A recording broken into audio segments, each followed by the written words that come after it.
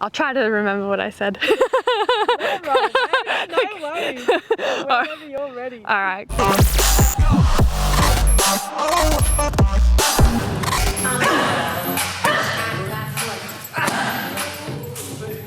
Well, I mean, it's good because, you know, I've already spent, 10 years fighting now, and I've still got another 10 left, so I'm very lucky in that sense. Yeah, yeah, you've got tons of time, and you've done a lot in this period of time that you've been fighting already, as it is. What do you think, what kind of stuff have you had to overcome to get to this point in your career?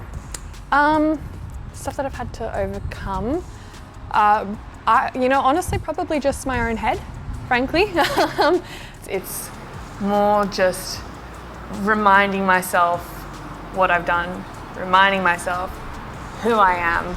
Yeah, because the doubt can creep in, you mean, and think that you're not worthy or you're not good enough, or... I think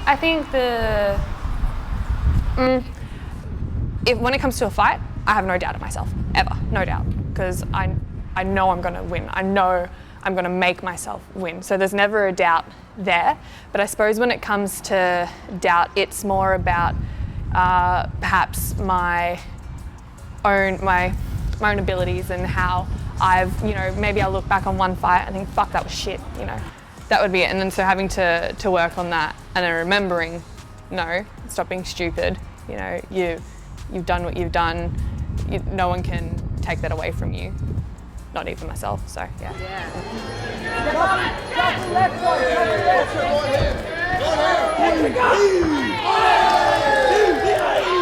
Yeah. I'm the same. None of my fights ever looked good. They were never nice. And so you're always like, oh, I could have done better. It's like, fuck.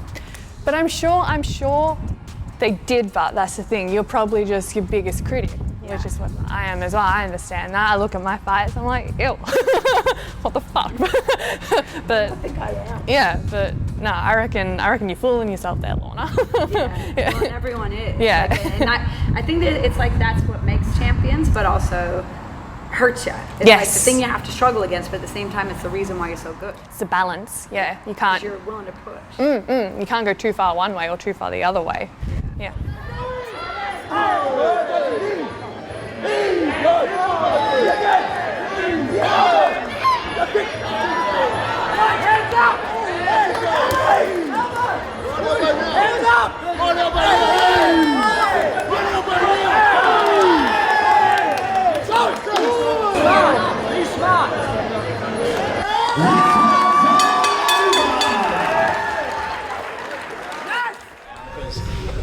We work contracting out in vineyards, so it's like our farms, so work 8-9 hours a day, and then in the heat and stuff, so all we're working hard, and then we've got to go over and then try to switch into, let's have big energy for the, get all the rounds in and stuff, and sometimes, like you say, it can be real hard, and sometimes it's just you turn it up just to go through the motions.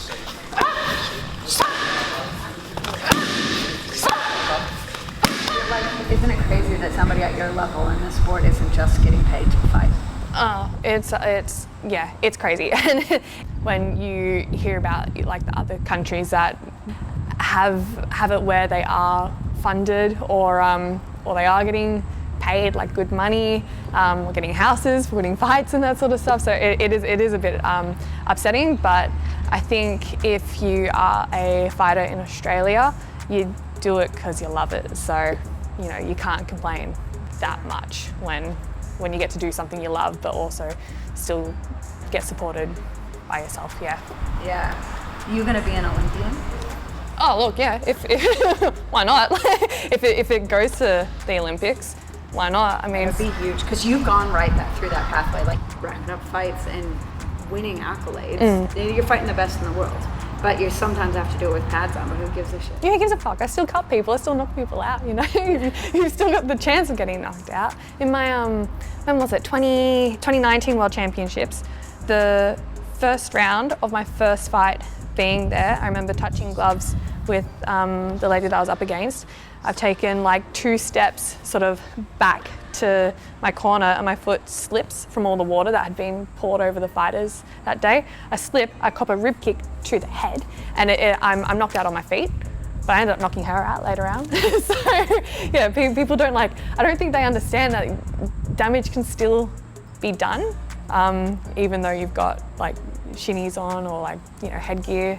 Yeah, I remember touching gloves. I remember taking the steps back, and I remember slipping, and then I don't remember the fight after that up until like the last 10 seconds, where I remember seeing I had kicked her, and I remember seeing her as she's falling, she's turning away, and in my head I've got finish her in my head. So I've gone in, but the ref's broken it. But that's all I really remember from it, and I started to come to it when I got out of the ring. Yeah. I remember when I got hit, actually, sorry. I do remember when I got hit, I remember thinking that I couldn't waste people's money and hopes that they had put into me, because we had a bit of sponsorship going over there. And I remember thinking round one, I'm not I'm not getting out like this. And then that's it. Keep going. Just keep going. I won, so. So Lee, we can talk about whatever we want. Yes. Well, I'm meant to stand here awkwardly while you do your raps. No, you can fuck off, but I mean... Language? I'd say the most memorable moment that I've had in a fight would have been my fight against France in the World Games 2022, which is because there was a lot building up to that moment when I knocked her out. I was crook as a dog over there. I was up the night before, at 3 a.m. in the shower with a fever, coughing my guts up. Probably not the best thing, but woke up the next day, made the weight, and then her and I had fought about 2 years earlier as well at the Arafura Games. And so I didn't want to let her win this time. I fought America the day before, but I had a bad performance then. So I needed to make sure that I improved with this one, and we were both on. She was ready to give it just as much as me. And I just remember, when I stepped back and gave the head kick, it was everything just came together, and it was a very surreal moment. I had a bit of a tear, which is a bit gross, but but I won. It was awesome. And I saw Lee jumping up and down in the corner as well. So it was, that would probably be my most memorable moment.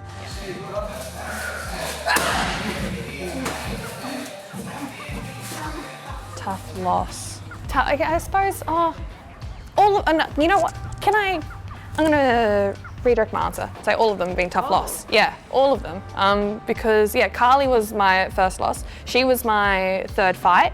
And we fought as teenagers, but that was tough, and it was a lesson to be learnt. Then what did I learn? What it's like to lose. That I like to win. I knew that as a kid from board games. Then my next loss was a few years later against Steph Glue. The first time I fought her, I stepped in to fight her, and again that was another tough loss to take. She was just the better fighter that night. So another hard pill to swallow. And then my fight that I had in 2018 against Russia, I know her name's Anastasia, but I don't know her last name.